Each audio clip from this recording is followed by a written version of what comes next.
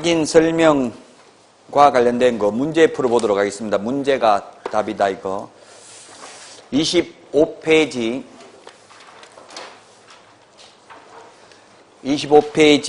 61번 문제 보도록 하겠습니다. 61번 문제. 확인 설명 틀린 것입니다. 1번. 이전하고자 하는 의뢰인에게 상태에 관한 자료 요구를 할 수 있다. 요구에 불응해도 되죠. 그 다음에 2번. 권리를 취득하고자 하는 의뢰인에게 설명해야 되고요. 근거 자료를 제시해야 된다. 맞습니다. 3번이 틀렸죠. 취득 시 부담할 조세를 설명해야지 이전 시 부담할 조세 아니죠? 3번이 틀렸습니다. 이전 시 부담하는 거는 양도소득세잖아요. 취득 시 부담하는 게 취득세, 교육세, 농어촌 특별세 이 세 개만 확인설명서 서식에 기재하도록 하고 있습니다. 3번이 답이고요. 4번은 쌍방에게 교부하고 3년 보존해야 된다. 확인설명서와 전속중개계약서는 3년 보존, 거래계약서는 5년 보존이 되겠습니다. 5번.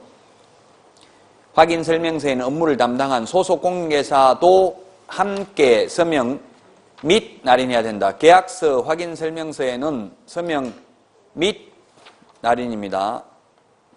나머지 모든 서류는 서명 또는 날인이라고 했습니다.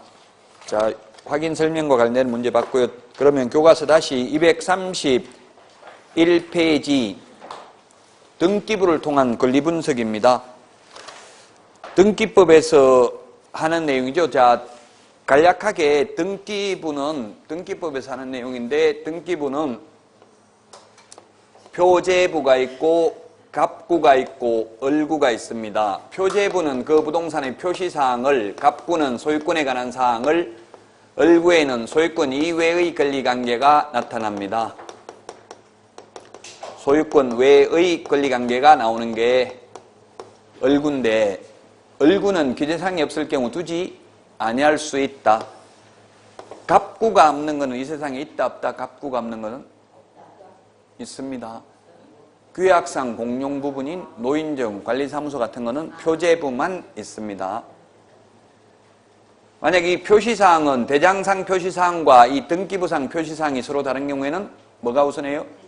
대장이 우선하고 권리관계는 등기부가 우선합니다. 그 다음에 이 권리 갑구와 을구의 권리 순서는 동순별접입니다. 동순별접. 동구는 순위번호, 별구는 접수번호가 우선한다는 이야기죠. 동구라는 말이 무슨 말이에요? 같은 갑구가 동구고 하나는 갑구, 하나는 을구면 별구라고 부르죠. 등기법에서. 동순별접 같이 시작. 다시 하라고 뭘 다시 해. 이게 동구는 순위번호, 별구는 접수번호. 인터넷에 치봐야 모르는 별구 하면 치봐 나오는지 안 나오는지 경우가 등기법에서 동구, 별구 이렇게 하죠. 같은 구를 동구, 구가 서로 다르면 별구 이렇게 부르잖아요. 동구는 순위번호, 별구는 접수번호, 동순별접 이런 거 그냥 암기할 수밖에 없어요.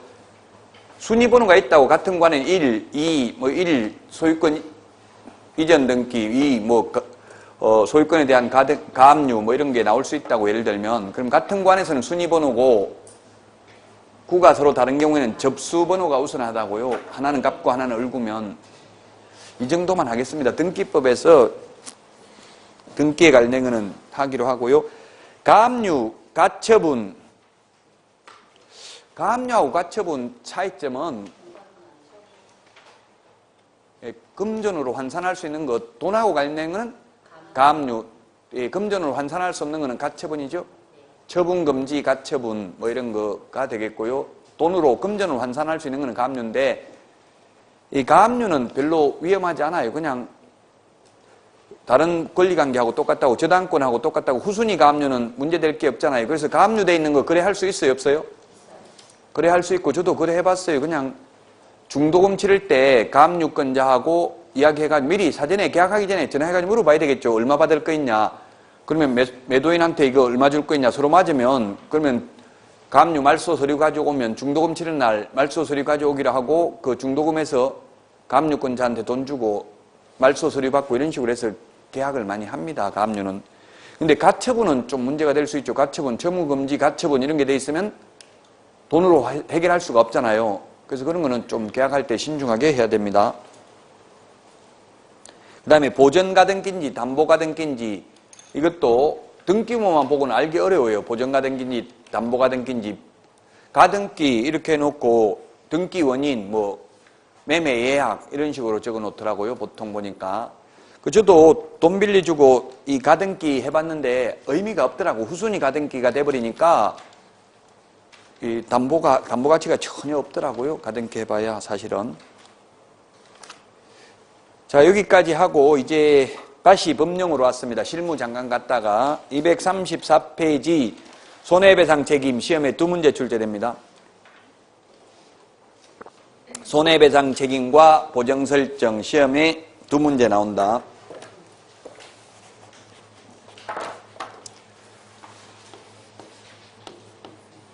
별표 2개 하시고 손해배상 책임입니다. 손해배상 책임. 책임과 보정설정인데 손해배상 요건은 딱 3개밖에 없습니다. 첫 번째, 개업공인중개사의 고의 또는 과실이 있는 경우. 아무 말 없이 고의 과실이니까 모든 고의, 모든 과실입니다. 시험에 고의 또는 중대한 과실이 있는 경우에 한하여 손해배상 책임이 있다. X입니다. 경미한 과실도 손해배상 책임이 있습니다. 미필적 고의, 확정적 고의, 중대한 과실, 경미한 과실, 추상적 과실, 구체적 과실 모두 다 손해배상 책임이 있습니다. 그 다음에 법 15조 2항에 보면 소속공인중개사 또는 보조원의 업무상 행위는 그를 고용한 개업공개사의 행위로 본다라는 규정이 있습니다. 그래서 직원이 잘못하면 사장이 손해배상 책임이 있다.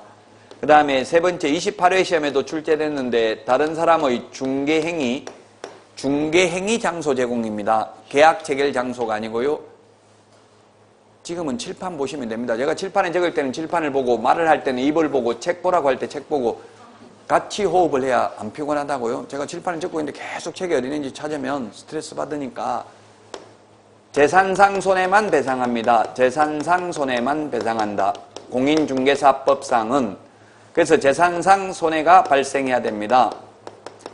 정신적 손해는 공인중개사법상은 배상 책임 없고 민법 751조에 의해서 손해배상 청구는 가능합니다. 이 손해 발생과 고의과실 사이에는 인과관계, 견연성, 상관관계 같은 말입니다. 있어야 됩니다. 자, 이렇게 손해가 발생하면 손해배상금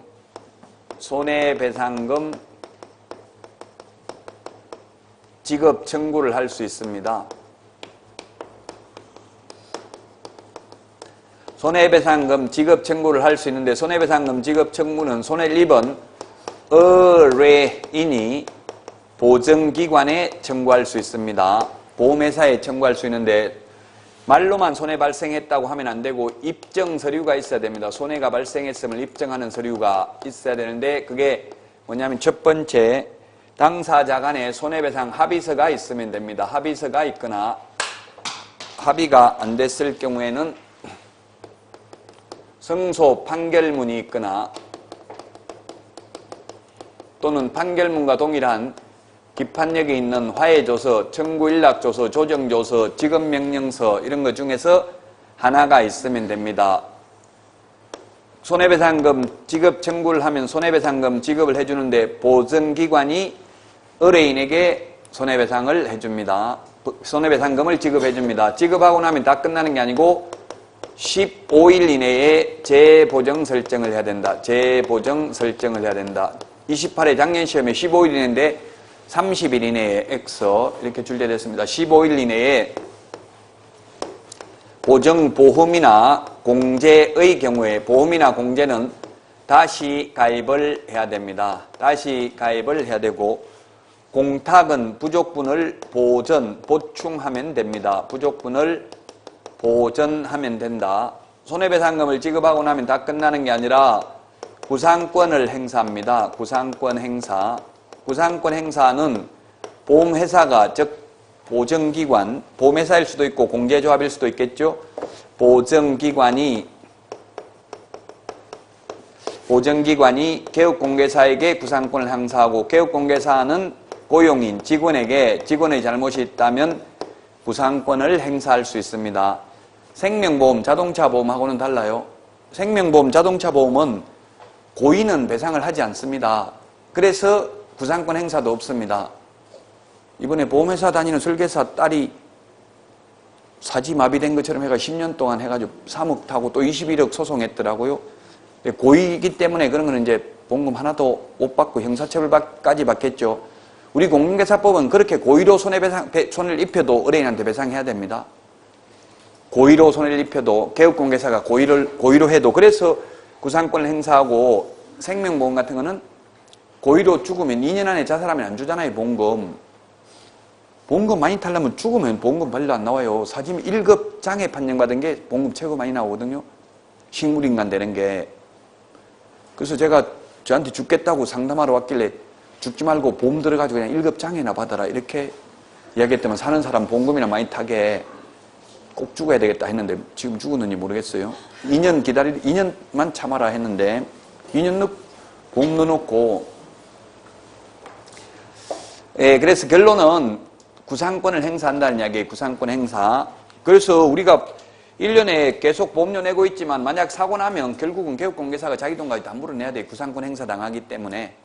이런 손해를 배상하기 위해서 보정 설정을 합니다. 보정 설정을 해야 되는데, 보정 설정 방법은 3가지가 있습니다. 보정 설정 방법은 첫 번째, 서울보정보험회사에 가입하는 방법이 있고, 그 다음에 협회 공제 가입하는 방법이 있고, 그 다음에 법원에 공탁하는 방법 3가지가 있다. 어떤 시중에 모의고사 문제 보니까 셋 중에 하나를 택일하여야 한다. 옵니까 X입니까? 택일하여야 한다. X입니다. 택2 해도 되고 택3 해도 됩니다.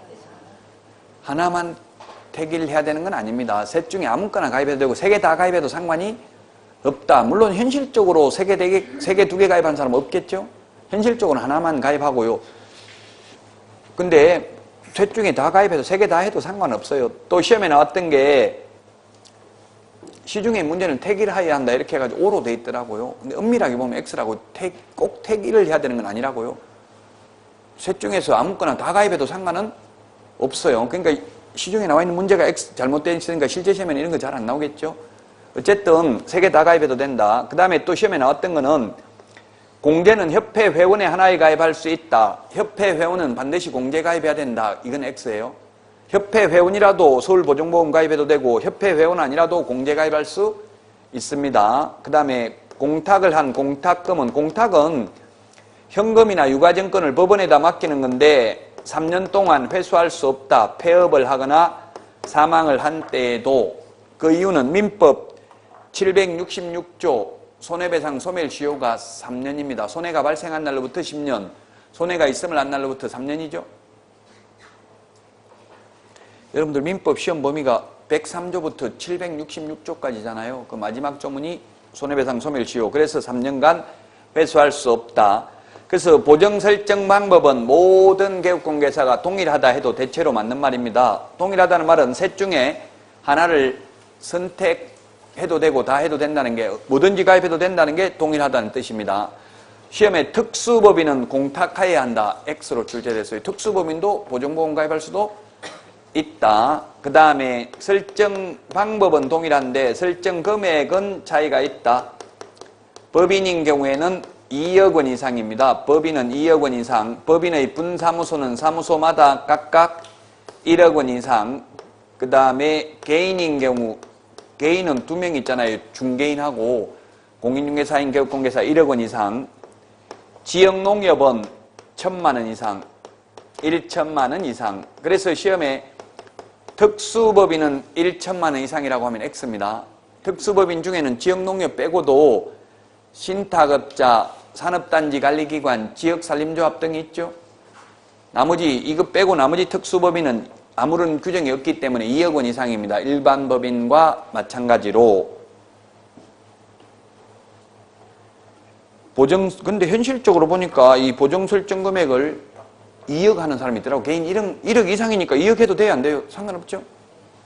그걸 셀링 포인트로 활용하는 거예요. 손님 오면 저 옆에 중개사무소는 1억밖에 가입 안 돼 있는데 나는 2억 돼 있다. 손에 2억까지는 보험회사에서 배상된다. 이렇게 하면 의뢰인들이 좀 더 좋아할 수도 있겠죠. 이렇게 2억씩 가입하는 분도 있더라고요. 현업에서 봤어요, 저는. 이것 다 지금 2장 프린트에 다 있습니다. 이것도. 이 시기도 있습니다. 56번에 보면 이 필기 안에도 56번에 프린트 암기에 보면 설정 시기가 처음에 보정가입하는 거는 무등록자는, 무자격자는 가입할 수 없습니다. 그래서 등록 후 업무 개시 전에 또는 등록 후 등록증 교부 전에 보정 설정을 해야 됩니다.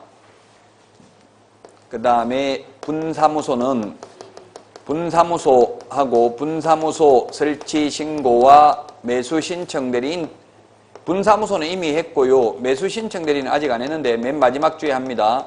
매수 신청 대리인 등록 신청은 미리 해야 된다. 미리 하더라도 이분들은 무등록이 아니거든요. 왜냐하면 주된 사무소가 이미 등록이 돼 있고, 매수 신청 대리인 등록도 개업공개사만 매수 신청 대리인 등록을 할 수 있기 때문에. 그 다음에 보정의 변경은 효력 있는 기간 중에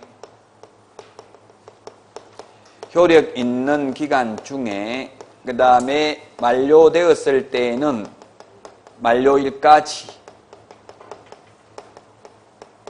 만료일까지입니다. 그 다음에 손해배상 해주고 나면 며칠 이내? 15일 이내에 재보정 설정해야 된다. 자, 변경, 효력 있는 기간 중에 변경이라는 거는 예를 들면 서울보정보험에 1년짜리를 가입했으면 시험에 1년 만기 끝나야 협회 공제로 가입할 수 있다. X라고요. 만기 끝나기 전에도 중간에 바꾸고 싶으면 새로운 보정을 먼저 가입하고 종전 보정을 해지하면 해약환급금, 미경과 보험료를 돌려받을 수 있다. 그래서 이론적으로는 변경은 할 수 있는데 현실적으로는 변경하면 손해겠죠. 해약환급금 받아야 되니까 현실적으로는 할 필요는 없습니다. 만료되었을 때는 만료일까지입니다. 시험에 15일 이내에 만료되면 15일 이내에 가입해야 된다. X입니다. 만료일까지, 만기 끝나는 날까지 가입하면 된다. 손해배상은 해주고 나면 15일 이내에 보험이나 공제는 다시 가입입니다. 예를 들면 1억에 대한 공제료는, 이건 제가 협회 공제는 계속 가입해봤기 때문에 19만 8천 원입니다. 1년에 공제료가. 서울보정보험은 저는 가입을 안 해봤는데 친구 가입했는데 물어보니까 10만 3천 원이라고 하는 것 같더라고요. 이건 조금 틀릴 수 있어요. 10만 2천 원일 수도 있어요. 훨씬 싸죠, 서울보정보험이.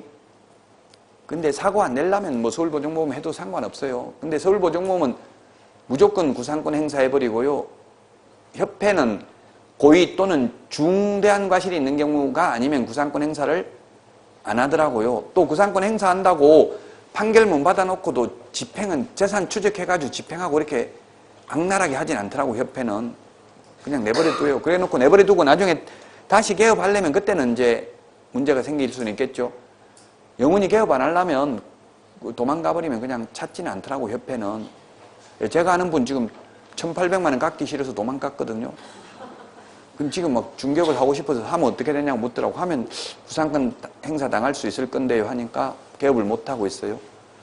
마약이기 때문에 이 부동산 한번, 여러분들 이제 마약을 이미 먹었어요. 그래서 죽을 때까지 이제 이게 부동산 떠날 수가 없어요. 이건 한번 맛을 보면 다른 거 하다가도 다시 돌아온다고요. 다른 일 하다가도 이걸 한번 맛보면 그 좋다는 이야기도. 오늘 맨날 남들이 볼 때는 뭐 놀러 다니고 맛있는 거 먹으러 다니는 것 같은데 돈은 많이 버는 것 같고 그런 느낌이 들잖아요. 실제 고통도 많이 받지만 그래도 또 한 건 하면 또 많이 벌 수 있는데 이런 막연한 기대 속에서 이걸 떠날 수가 없다고 한번 맛보면.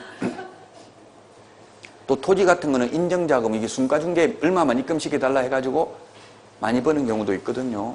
옛날에는 원주 이런 데서 중개업 일찍 하신 분들은 돈 엄청나게 많이 벌었어요. 제가 아는 분도 아가씨인데 그 외제차 벤츠 타고 다니는데 벤츠 저는 잘 종류가 모르는데 비싼 것도 있다더라고.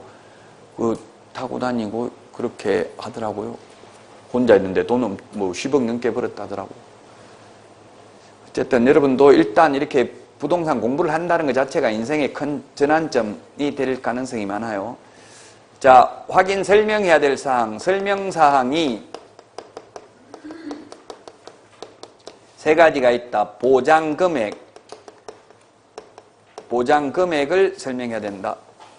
아, 이거 하다가 안 했네. 19만 8천 원인데 예를 들면 그러면 5천만 원 손해배상을 했으면 5천만 원에 대한 공제료 9만 9천 원만 내고 다시 가입하는 게 아니고 19만 8천 원 내고 다시 가입해야 된다는 뜻이고, 만약에 5천만 원 1억을 공탁을 해놨는데 5천만 원 손해배상했으면 또 1억 갖다 맡겨야 되는 게 아니라 부족한 5천만 원만 보충, 보전하면 된다고. 다시 가입하고 이걸 시험에 이렇게 반대로 해가지고 낸 경우도 있거든요. X로 해가지고. 그 말이에요. 손해배상 해주고 나면 다시 보험료 19만, 공제료 19만 8천 원 내고 가입을 해야 됩니다. 보장금액 설명해야 되고, 그 다음에 보험회사, 공제사업을 행하는 자, 공탁기관 및 그 소재지를 설명해야 됩니다. 그 소재지는 공탁기관만 해당돼요. 공탁은 법원에다 하기 때문에 전국에 58개 법원에 어느 법원에 공탁했는지를 알려줘야 돼요. 뭐 춘천지방법원에 공탁을 했다, 이걸 알려줘야 되겠죠. 서울중앙지방법원에 공탁했다, 소재지 알려줘야 돼. 근데 보험회사는 안 알려줘도 돼요. 예를 들면 서울보증보험에 가입했다, 부산에서 가입했던 서울에서 가입했던 상관없죠. 공제도 한국공인중개사협회에 공제 가입했다라고만 하면 된다고요. 원주에서 가입했던, 인천에서 가입했던 다 가면 주니까 공제금을. 그 소재지 설명할 필요 없다고요. 보장기간, 보험증권에 나와 있는 기간, 보통 기간이 지금 팔고 있는, 판매되고 있는 상품이 1년부터 5년짜리가 있는데 99%가 다 1년짜리 가입해요. 왜? 5년짜리 가입했다가 1년 망해가지고 해약하면 해약환급금 나오거든요. 손해가 많죠. 그 대신에 1년짜리는 19만 8천 원이고 5년짜리 하면은 90몇만 원 돼야 되는데 한 80몇만 원 싸요. 더 공제료가. 싸더라도 굳이 길게 할 필요 없어요. 1년은 해봐야 돼요. 1년 안에 망할 확률이 50% 이상이에요. 지금 뭐 10만 6천 명이 개업돼 있는데 이 중에서 1년에 13,000명이 망하고 폐업하고 18,000명이 신규 등록을 해요. 그래서 숫자는 계속 늘어나고 있어요. 망하는 것보다 개업하는 사람이 더 많으니까. 이 세 가지 설명해야 되는데, 보장금액, 그래서 시험에 보험금은 설명을 해야 되지만 보험료는 설명할 필요가 없다 이 말이에요. 보험료, 공제료, 보험금, 공제금은 설명해야 되는데, 그래서 제가 서울 협회, 한국공인중개사협회에 1년에 19만 8천 원씩 공제료 냅니다. 이런 말 할 필요 있어요, 없어요? 하면 돼요, 안 돼요? 해도 되지만 할 의무는 없어요. 근데 제가 손해 입히면 1억까지는 협회 공제해서 줍니다. 아니면 서울보증보험에서 보험금 줍니다. 이 말은 해야 되죠? 그래서 보험료, 보험금, 그 다음에 계약자, 피보험자, 수익자, 이거는 상법에 규정되어 있는데 알아야 되죠? 보험금은 수익자가 보험회사로부터 타는 돈, 보험료는 계약자가 보험회사 내는 돈, 그 다음에 계약자는 보험회사와 계약을 체결하고 보험료를 내는 사람이고 해약환급금 받는 사람이고 수익자를 지정할 수 있는 권한이 있는 사람입니다. 피보험자는 자기 생명을 보험에 건 사람, 피보험은 죽어야 되죠. 생명보험이면. 수익자는 보험금 타는 사람. 그래서 우리나라 보험 구조가 99%가 남자는 피보험자, 여자는 계약자, 수익자 여자, 사망시 수익자, 상속인 이렇게 돼 있는 게 99%예요. 그럼 남자 죽으면 여자가 보험금 타도록 이런 구조로 돼 있어요. 이렇게 안 돼 있는 거는 모랄 리스크, 도덕적 위험이 있다고 보험회사에서도 이상하게 생각해. 남자가 수익자 돼 있고 보통 보험하고 다르니까 여자가 피보험자로 돼 있고 이러면 수익자는 수시로 바꿀 수 있어요. 돈 많은 분들은 수익자를 자식을 큰아들 했다가 또 바꾸고 이러다 자꾸 바꾸면 효도할 거 아니. 바꾸고 나면 또 그때부터는 효도 안 하겠죠. 그럼 또 다른 사람을 바꾸는 거예요. 계속 바꾸면 돼요. 수익자는.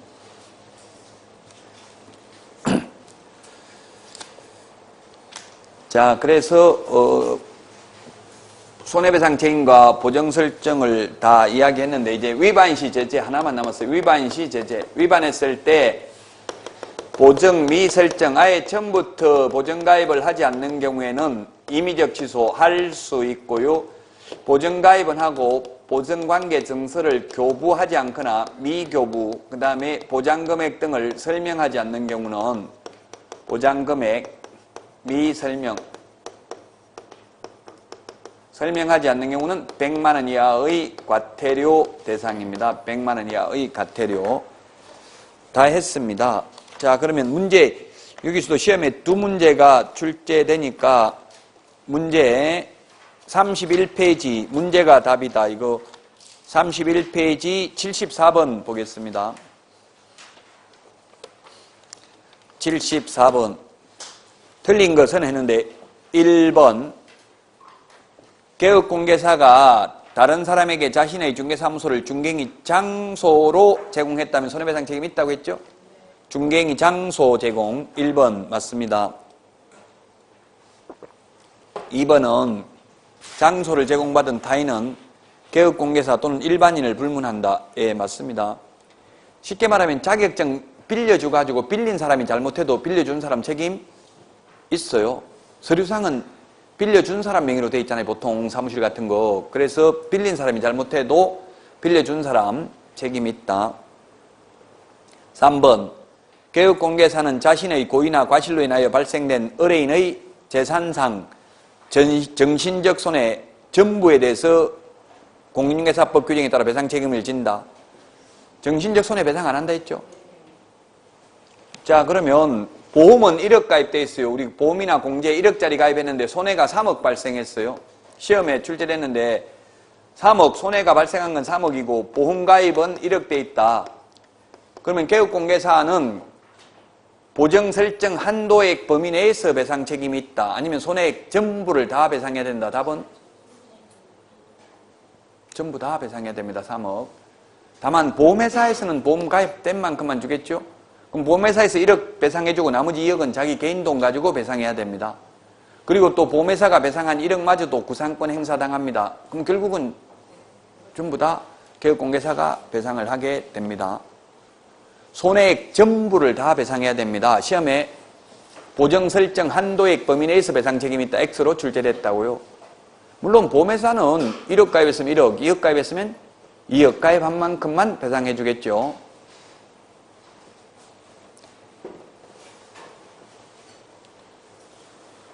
그래서 답은 74번은 3번입니다. 3번.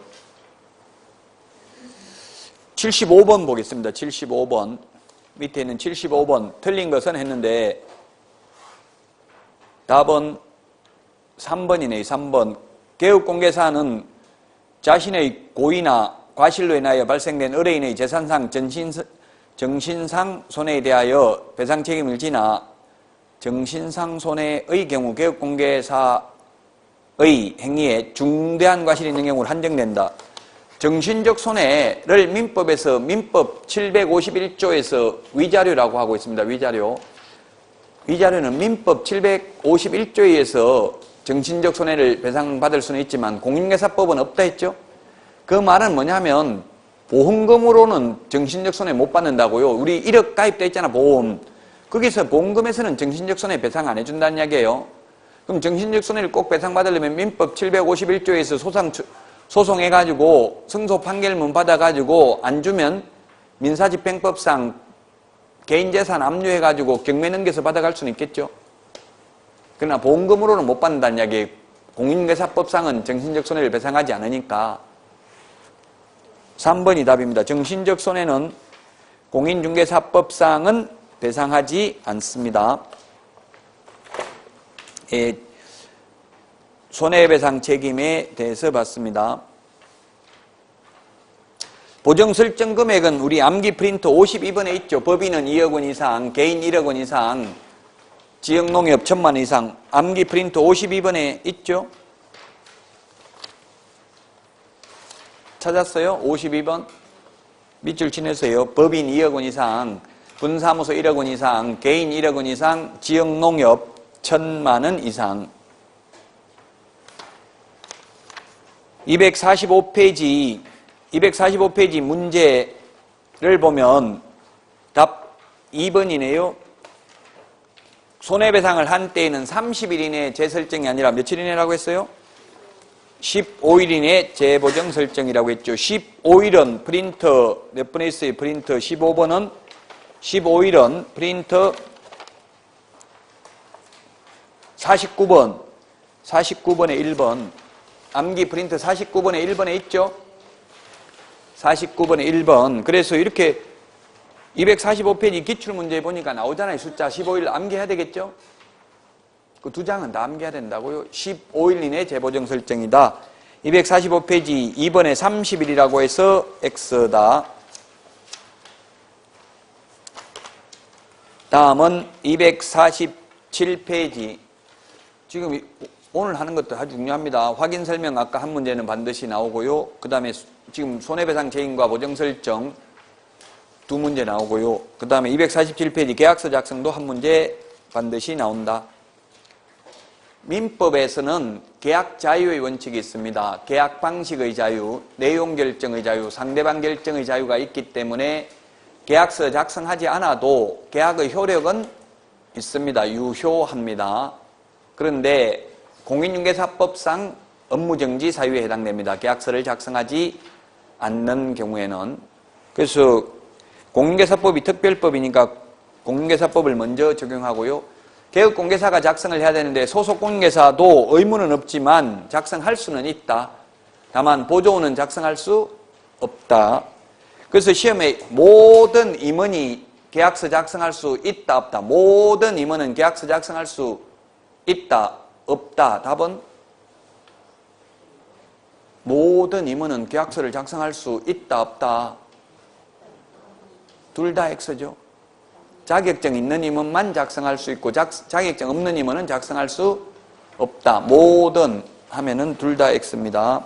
248 작성 시기는 계약서는 중개가 완성된 때, 즉 계약 성립된 때에 작성을 합니다. 그 다음에 양가로 3번 교부 대상자 확인 설명서 쌍방교부 5년 보존입니다. 5년 보존 암기 프린터 41번에 동그라미 3번에 있죠. 5년 보존입니다. 계약서 5년, 확인 설명서 전속 중개 계약서 3년 보존입니다. 양가로 4번 서명 날인은 똑같습니다. 좀 전에 확인 설명하고 똑같죠. 서명 및 날인은 개업공개사가 해야 되고 법인인 경우 대표자, 분사무소인 경우 책임자 플러스 당해물을 수행한 소속공개사가 있으면 소속공개사도 함께 해야 되는 게 확인 설명서와 계약서 두 개가 똑같다고요. 그 외에 모든 서류는 서명 또는 날인이라고 했습니다.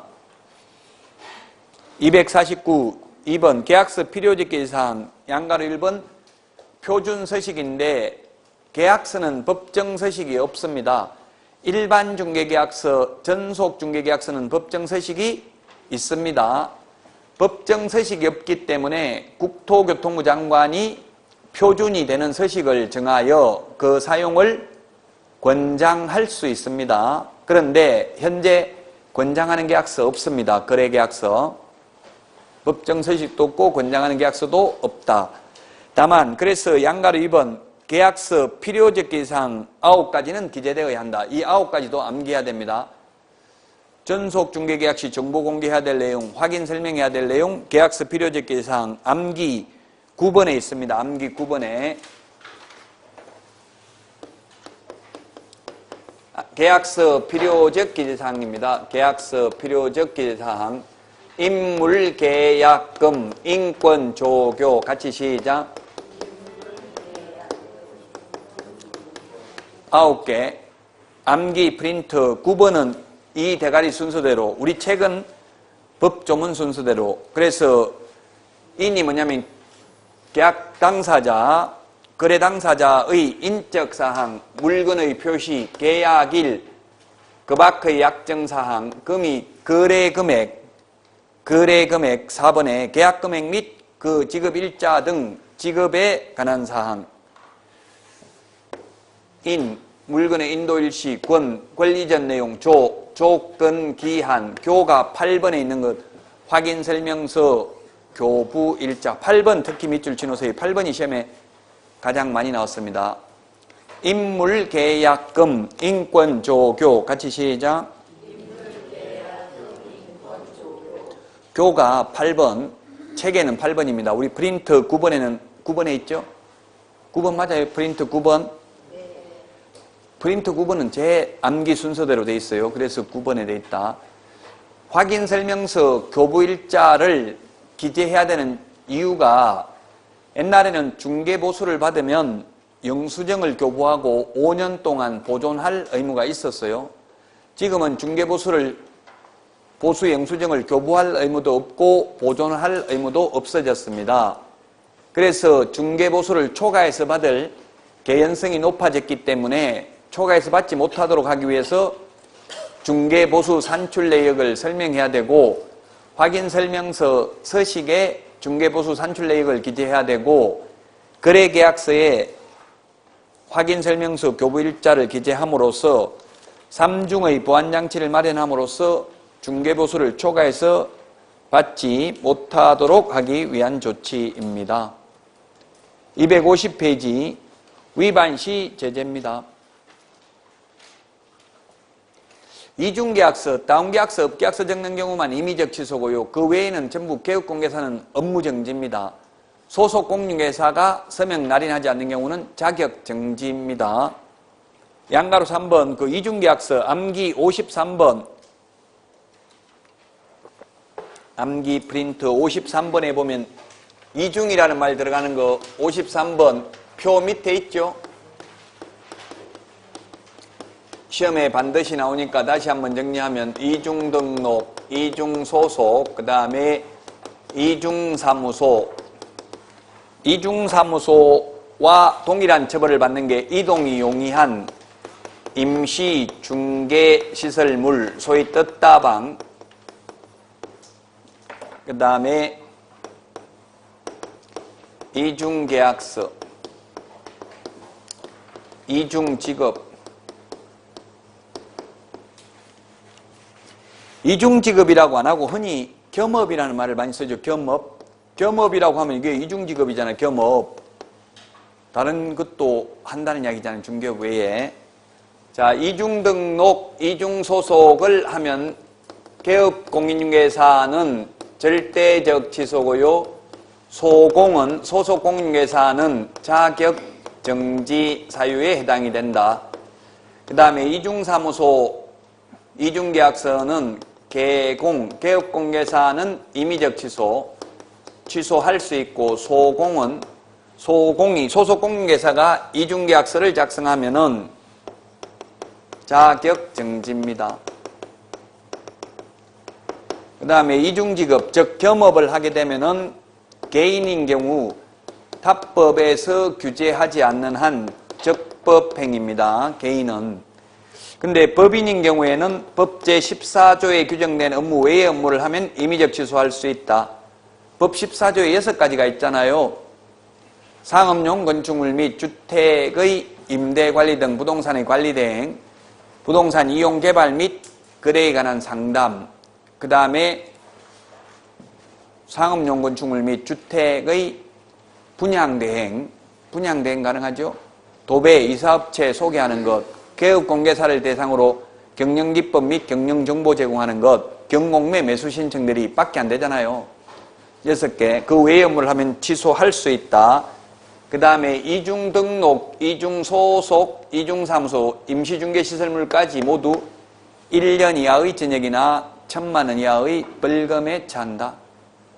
지금은 이중계약서 이거 하나만 알면 되는데 이중계약서는 따라서 징역 벌금 대상은 아니고 개업공개사는 등록을 취소할 수 있고 소속공개사는 자격정지, 이거 빼고 나머지 계약서 작성과 관련해서는 개업공개사는 모두 업무정지, 소속공개사는 자격정지라고 서명 날인하지 않거나 보존하지 않거나 교부 안 하면 업무정지.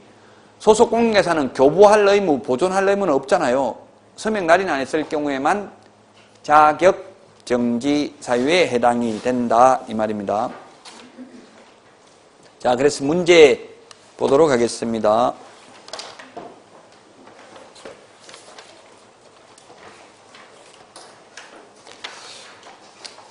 문제가 계약서. 문제가 어디 갔지?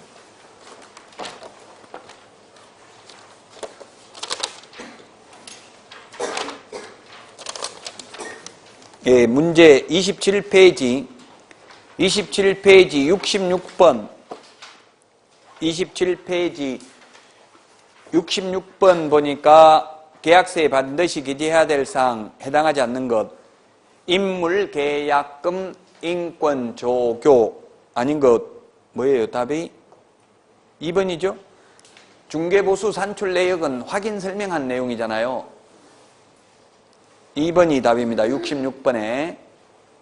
그 다음에 67번 틀린 것은 했는데 1번 계약서는 법정 서식이 없기 때문에 국토교통부 장관이 표준이 되는 서식을 정하여 그 사용을 권장할 수는 있는데 현재 권장하는 계약서도 없죠.